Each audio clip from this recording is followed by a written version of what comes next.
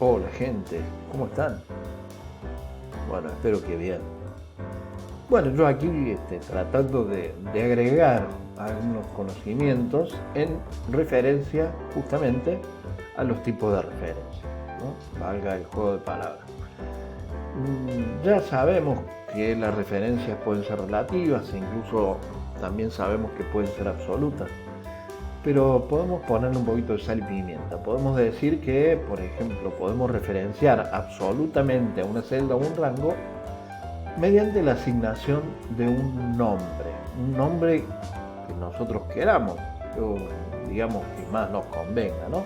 Miren, yo aquí tengo, por ejemplo, esta hoja de cálculo y ya sabemos que una celda se identifica por la columna y la fila a la que pertenece, ¿no? Está la celda F4 y esta sería la celda G2 y así. También los rangos están perfectamente identificados a través de las direcciones de la celda primera y última, la primera celda que lo compone y la última celda que lo compone. Bien, así, de ese modo, o pensando en ello, es que yo puedo asignar un nombre un poco más representativo a una celda, sobre todo una celda que luego va a ser utilizada en distintos cálculos y fórmulas y mecanismos a lo largo de todo mi libro de trabajo, ¿no? Por ejemplo, la fecha actual, es una fecha que, digamos, es un dato que yo voy a necesitar para calcular antigüedad, edad y a lo mejor en alguna otra celda, en alguna otra hoja por ahí, también la vuelvo a necesitar. Entonces, he decidido por decreto que voy a asignarle un nombre a esta celda. Ya sé que la celda se llama C2, pero yo puedo, a través de esta herramientita que es el cuadro de nombres, puedo asignar el nombre que se me antoje. Puede ser cualquiera. Mientras no tenga un espacio en blanco, no me lo va a dejar escribir, yo le puedo poner un nombre cualquiera. Por supuesto que conviene que tenga algo que ver con su contenido. Yo podría poner aquí fecha actual, pensando que como la celda tiene la fecha, o mejor dicho, la celda contiene la función hoy y que ya sabemos que extrae la fecha del calendario de la compu, entonces tenemos una fecha actualizada, permanentemente actualizada, de manera que no estaría mal que la celda se llame fecha actual. Entonces presiono el Enter y listo, ya tengo la fecha actual. Ahora bien, voy a proceder a hacer una pequeña, sutil modificación en una fórmula que habíamos utilizado antes. Para el cálculo de la antigüedad hay que resolverlo, y el cálculo se resuelve mediante una situación así como esta, ¿no? Ya hemos dicho más o menos cómo viene la mano acá, espero que haya quedado claro. Si observo yo en este mecanismo, voy a ver la función hoy. En cada una de las situaciones aparece la función hoy, con lo cual en cada situación, bueno, Excel va a ir a buscar la fecha del calendario de la compu. Es decir, lo estamos haciendo trabajar y estamos haciendo trabajar el procesador de mi PC. Entonces, ¿qué voy a hacer? Y, digamos, no tendría yo la necesidad de utilizar la función hoy aquí, ya que tengo la fecha actualizada en alguna otra celda, en una celda que justamente llame fecha actual. Por lo tanto, voy a reemplazar el hoy, la función hoy, la voy a reemplazar por el nombre de la celda en cuestión. Fíjense que cuando yo escribo fecha, me aparecen en la ayuda, como esto es un cálculo, una fórmula, un mecanismo, me aparecen distintas funciones de Excel en cuyo nombre aparece la palabra fecha, ¿no? Y entre ellas veo algo que tiene un iconito un poquito diferente y dice fecha actual. Y no es otra cosa que nuestra fecha actual. Entonces aquí le hago doble clic, por ejemplo, para seleccionarlo, y ahora he reemplazado la función hoy por fecha actual. Presiono el Enter, ahí está. Entonces ahora todas mis celdas tienen la fecha actual. Del mismo modo voy a proceder acá. Reemplazo la función hoy por fecha actual, doble clic y listo, presiono el Enter y así entonces todas mis formulitas ya no hacen referencia a la función hoy, no utilizo la función hoy acá, sino que la utilizo acá. Y en estos dos mecanismos, en estos dos cálculos, estoy haciendo referencia a esta celda. Ahora, un poquito más de pimienta. Cuando uno utiliza nombres de celdas, esos nombres son válidos o los puedo utilizar en cualquier otro lugar, en cualquier otra hoja dentro del mismo libro. Por ejemplo, yo vengo por ejemplo acá, y si yo quisiera escribir la fecha de hoy acá, en lugar de utilizar la función hoy, podría hacer referencia a aquella celda de la que hemos hablado, ¿no? Si yo escribo igual y escribo fecha, me trae de nuevo todas las funciones en cuyo nombre aparece la palabra fecha, pero también aparece fecha actual, es decir, está mostrándome, entre otras cosas, el nombre de la celda que contiene la fecha actualizada. Si yo le hago doble clic, pues me va a traer la fecha, al presionar Enter aquí, me va a traer la fecha que está en aquella celda, ¿no? Por supuesto, algunas veces voy a tener que hacer algún ajuste, como en este caso, en donde me aparece el número correlativo, el famoso número que arranca por aquel 1 de enero de 1900, y entonces tengo que venir a la cinta de inicio, formatos generales como está, por eso veo el número, y le voy a decir que quiero verlo en forma de fecha corta. Y ahí está, fecha corta, perfecto. Entonces, ¿qué me está mostrando? La fecha de hoy. Sin embargo, no estoy haciendo referencia a la celda de hoy, estoy a la función hoy, sino que estoy haciendo referencia a una celda que se llama fecha actual y que está, bueno, ya dijimos, en esta hoja. Bien, con eso vamos a, por ejemplo, calcular la fecha del último vencimiento en esta gran tabla, ¿no? Acá tengo una tabla que habla de cuotas de préstamo con distintas tasas de interés y plazos y montos de préstamo. Por ahora no me interesa esto, ya lo dejo para el último porque es un poquito más difícil. Entonces acá yo tengo que escribir la fecha del último vencimiento. Si yo tengo acá un plazo de 6 meses, considerado a partir de hoy, tendría que calcular cuál es la fecha del último de los vencimientos. Entonces, considerando la fecha de hoy, pero claro, no voy a escribir la función hoy, sino que voy a escribir qué cosa. Y voy a escribir la fecha actual. A esta fecha actual le voy a sumar la cantidad de días que representan los 6 meses. Es decir, cantidad de días son los 6 meses por 30, vamos a poner, porque son fechas aproximadas, igual no haría falta tanta precisión. De manera que entonces estoy haciendo referencia a aquella celda, originalmente la celda C2 de aquella hoja, y a eso le estoy sumando los 6 meses multiplicado por 30, es decir, le estoy sumando concretamente 6 por 30, son 6 por 3, 18, son 180 días. A la fecha actual, a la fecha de hoy, le voy a sumar 180 días, eso es lo que le estoy diciendo, ¿no? Cuando presiono el Enter me da como fecha el 15 de marzo del 2023, es decir, dentro de 6 meses más o menos va a ser 15 de marzo del 2023. Y si yo analizo aquí, tengo un valor fijo y constante que es 30, que simplemente refiere a la cantidad de días que tiene un mes, pero la referencia a E6, si yo le hago el copiado hacia la derecha, no voy a tener inconvenientes en que cambie, porque se cambiará a F6, que contiene el número 9, contiene la cantidad de meses acá y acá y acá y acá.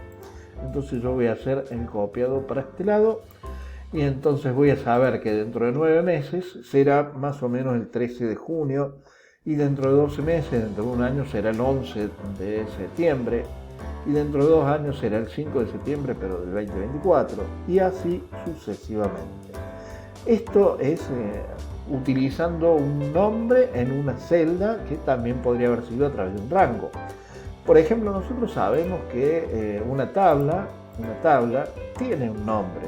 Si yo selecciono un grupo de celdas que están bajo el formato de una tabla, lo voy a saber porque al seleccionar una celda me aparece el diseño de tabla acá. Es decir, me aparece el menú esporádico de diseño de tabla. Si yo selecciono, si abro este menú, voy a ver que las tablas tienen un nombre, ¿sí? Digamos, sin que yo le diga nada, Excel ha bautizado a cada tabla con un nombre. Claro, un nombre que a mí no me representa nada. Excel simplemente pone tabla 1, tabla 2, tabla 3, etcétera, y quizá a mí me convenga cambiárselo, ¿no? Y sí, si utilizo varias tablas en un libro de trabajo, y me conviene ponerle nombre un poco más apropiado. Por ejemplo, aquí yo voy a poner, vamos a poner comisión de vendedor. Comisión vendedor. Listo, entonces ahí quedó mi tabla con el nombre comisión de vendedor. Si yo despliego la lista de cuadros de nombre, voy a ver cómo me aparecen todos aquellos registros ya actuales, ¿no? Registros en cuanto a nombres de celdas o rangos que existan dentro de este libro de trabajo. Si hago clic en fecha actual, entonces es como que pegué un saltito a la celda que se llama así. Si hago clic en tabla 3, entonces veo cuál es la tabla 3 y así sucesivamente, ¿no? Comisión de vendedor y etcétera.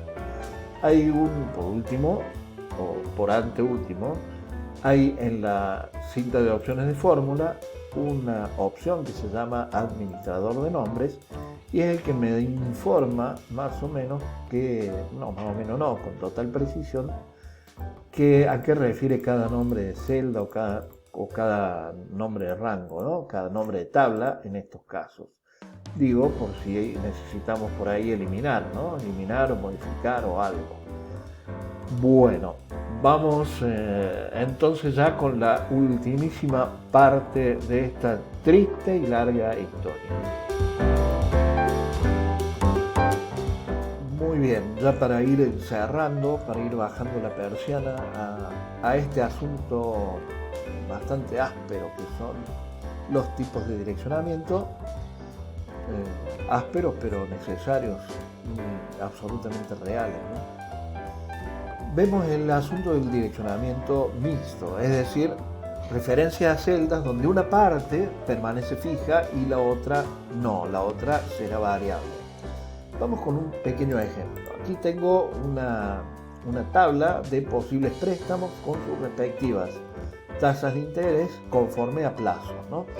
Esto significaría, por ejemplo, que ante un préstamo de 300.000 pesos, si lo quiero dividir, si lo quiero pagar en 12 cuotas, pues esos 300.000 pesos van a tener un interés del 11%. A ver, lo vamos a hacer afuera. Si yo a estos 300.000 le calculo el interés, que es el 11%, me da 33.000. 33.000 es el interés, solo el interés a aplicar, de manera que a este interés yo debería sumárselo al préstamo. Cuando yo presiono el enter acá, me va a dar 333.000, me da el valor que significa que al préstamo le estoy sumando el interés, por lo tanto el monto a devolver son los 333.000 pesos. Pero bien, pero yo aquí lo que necesito es el valor de la cuota, o sea, no quiero saber cuánto en total voy a devolver, sino cuánto es el valor de la cuota, cuánto tengo que pagar en concepto de cuota. Por lo tanto, a todo esto yo debería dividirlo por la cantidad de meses según el plazo que yo elija, ¿no? Bien, entonces significaría pues que si yo saco un préstamo de 300.000 pesos para devolver en 12 cuotas, como va a tener una tasa de interés del 11%, voy a devolver 12 cuotas de 27.750 pesos. Fíjense, si yo multiplico esto, o sea, el valor de la cuota lo multiplico por 12, me tiene que dar el total del préstamo a devolver, es decir, el préstamo, que son los 300.000 más su interés. Bien, eso es lo que voy a hacer acá, de modo que voy a arrancar de nuevo. Acá lo hago acá, voy a escribir igual. Decíamos entonces, al préstamo de 150.000 le tengo que sumar el interés. El interés se calcula como multiplicando los 150.000 por el 6,5%. Y a todo esto lo tengo que dividir por la cantidad de cuotas, la cantidad de meses. Esa sería la formulita. Presiono el enter, Bien, significaría entonces que yo tengo que pagar 6 cuotas de 26.000 y pico de pesos para devolver los 150.000. Bueno, orgulloso yo en mi desempeño voy a hacer el copiado, por ejemplo, hacia abajo y bueno, obtengo resultados desastrosos. Entonces ese orgullo que tenía en su momento desapareció, así de un plumazo, ¿no? Pero antes de borrar voy a analizar qué pasó. Y que cuando yo copio para abajo, como aquí las referencias están expresadas todas como referencias relativas, todo ha cambiado. Digo, el C9 hacia abajo se transformó en C10, C11, C12, etc. Y ojo, no está mal que eso pase porque son los diferentes montos de préstamo. Pero por ejemplo, el E5 se refiere a, el E5 es la tasa de interés. Como está referenciado de un modo relativo, al copiar hacia abajo se transformó en E6, y E7, y E8, E9, etc. Y eso está mal, porque el E5 debió permanecer fijo. El dividido E6, E6 es la cantidad de cuotas, también debió permanecer fijo, porque cuando copio hacia abajo, la cantidad de cuotas van a ser las mismas, entonces no debió moverse. Si yo me desplazo un poquito por esta formulita, si ustedes observan la barra de fórmula mientras yo me desplazo, van a ver cómo todo efectivamente ha cambiado, ¿no? Todo va cambiando.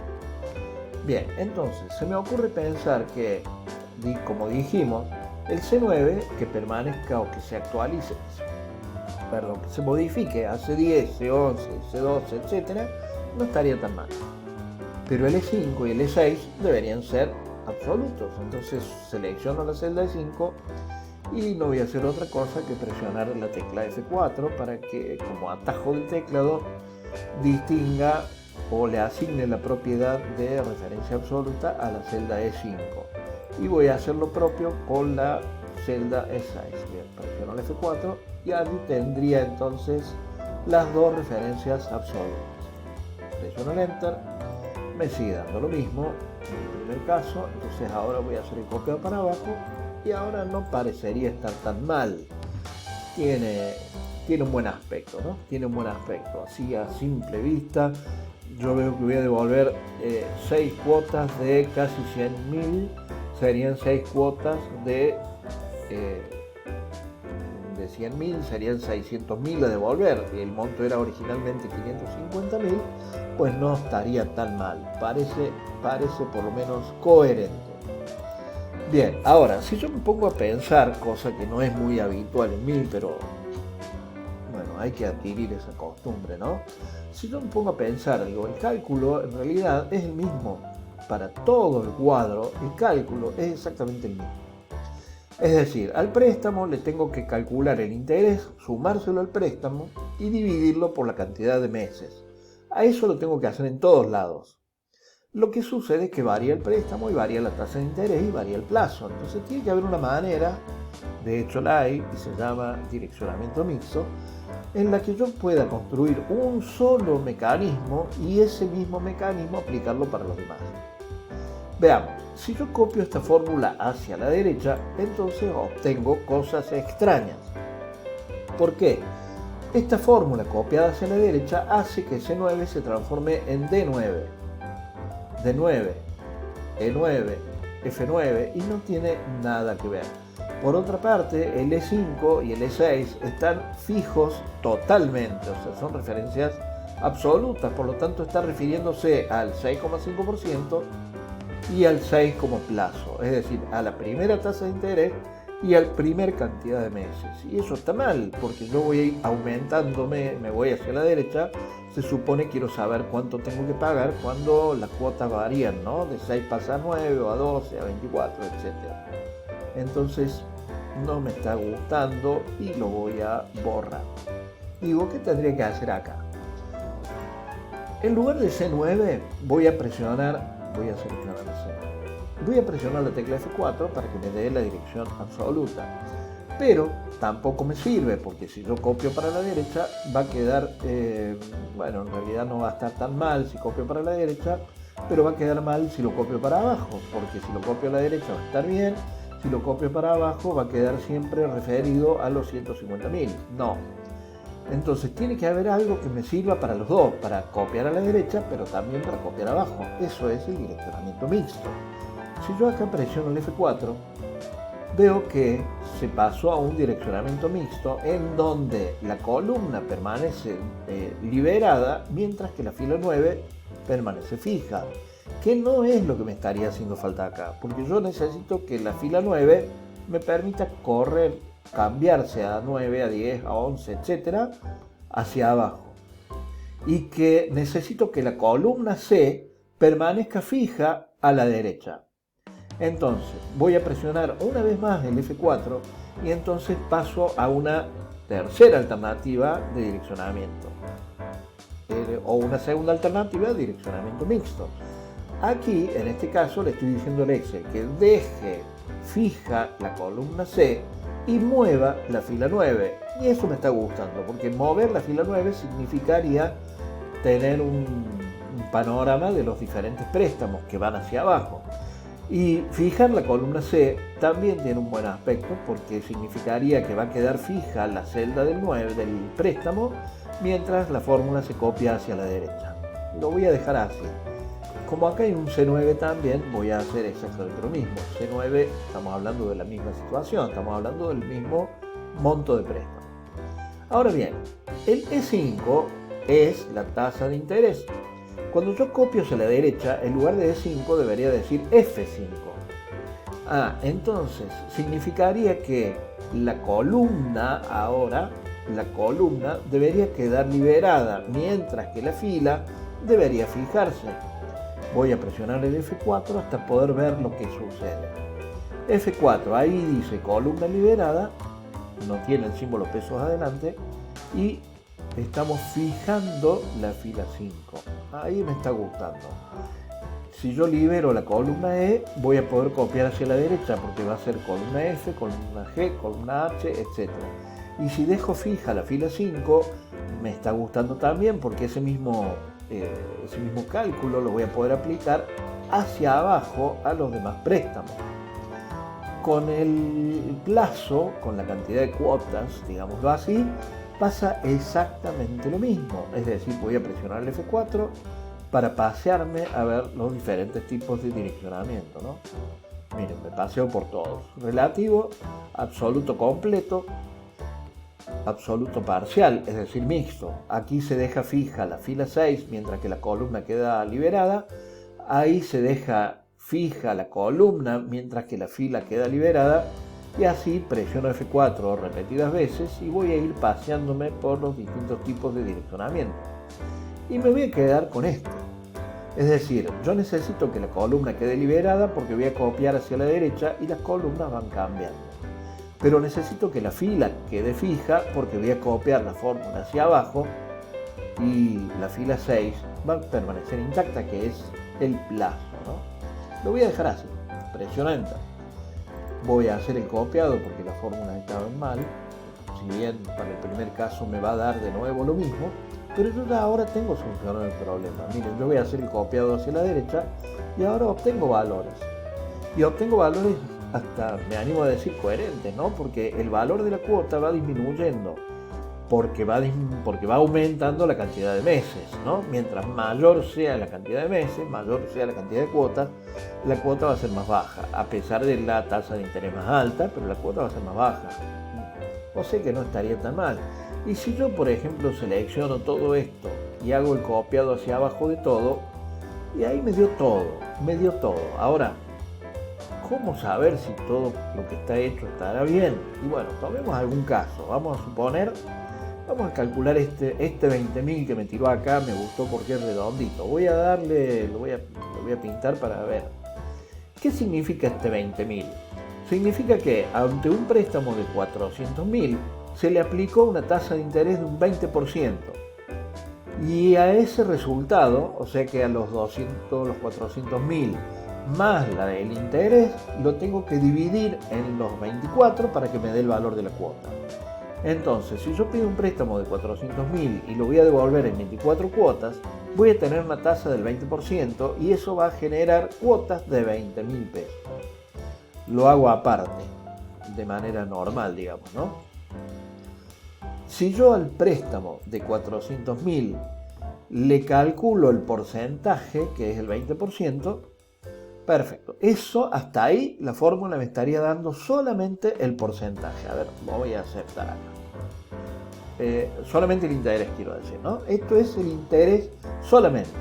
Ahora bien, si yo acá, en esta otra celda, le digo que sume al préstamo, le sume el interés, me va a dar 480.000, que es lo que veo acá, que significaría el monto total a devolver. O sea, yo pido 400.000 y por culpa del interés voy a devolver 480.000. Ahora, ¿en cuántas cuotas voy a devolver eso? Bueno, lo voy a calcular así. A esto lo voy a dividir por la cantidad de cuotas que dice que son, ¿no? En este caso 24. Y ahí vamos a darle un poco de suspenso, pero si yo presiono Enter me debería dar este numerito redondito. A ver, 20.000. Bien, resulta que esto que está acá, este 20.000 que está acá, o mejor dicho, todo este cálculo, es exactamente lo mismo que haberlo descuartizado. Ahí lo único que hice yo fue descuartizarlo para su mayor comprensión. Yo en realidad lo que estoy haciendo en esta parte de la hoja es haciendo los tres cálculos en uno solo. Es decir, calculo el interés, se lo sumo al préstamo y a todo eso lo divido por 24. Miren, acá está. El préstamo se le suma este producto, esta multiplicación es el cálculo del interés. Y a todo eso lo divido por la cantidad de cuotas. Sé que no es fácil, pero practicándolo se ve, se puede aprender. Y les digo una cuestión más, y ya con esto cierro. Esto se va a aplicar y lo vamos a utilizar bastante en el asunto del formato condicional. Yo les hablé en algún momento sobre formato condicional y lo dividí en dos. Hice una parte sencilla y una parte un poco más compleja. La parte más compleja tiene que ver con esto que estamos diciendo acá del direccionamiento mixto. Por lo tanto, digamos, cuando uno más quiere saber, más cosas quiere hacer y hacerlas bien, más tiene que aprender y más tiene que practicar. Así que, bueno, esto sería todo por ahora, nada más que por ahora. Un abrazo y gracias por la paciencia. Hasta la próxima. Chau, chau.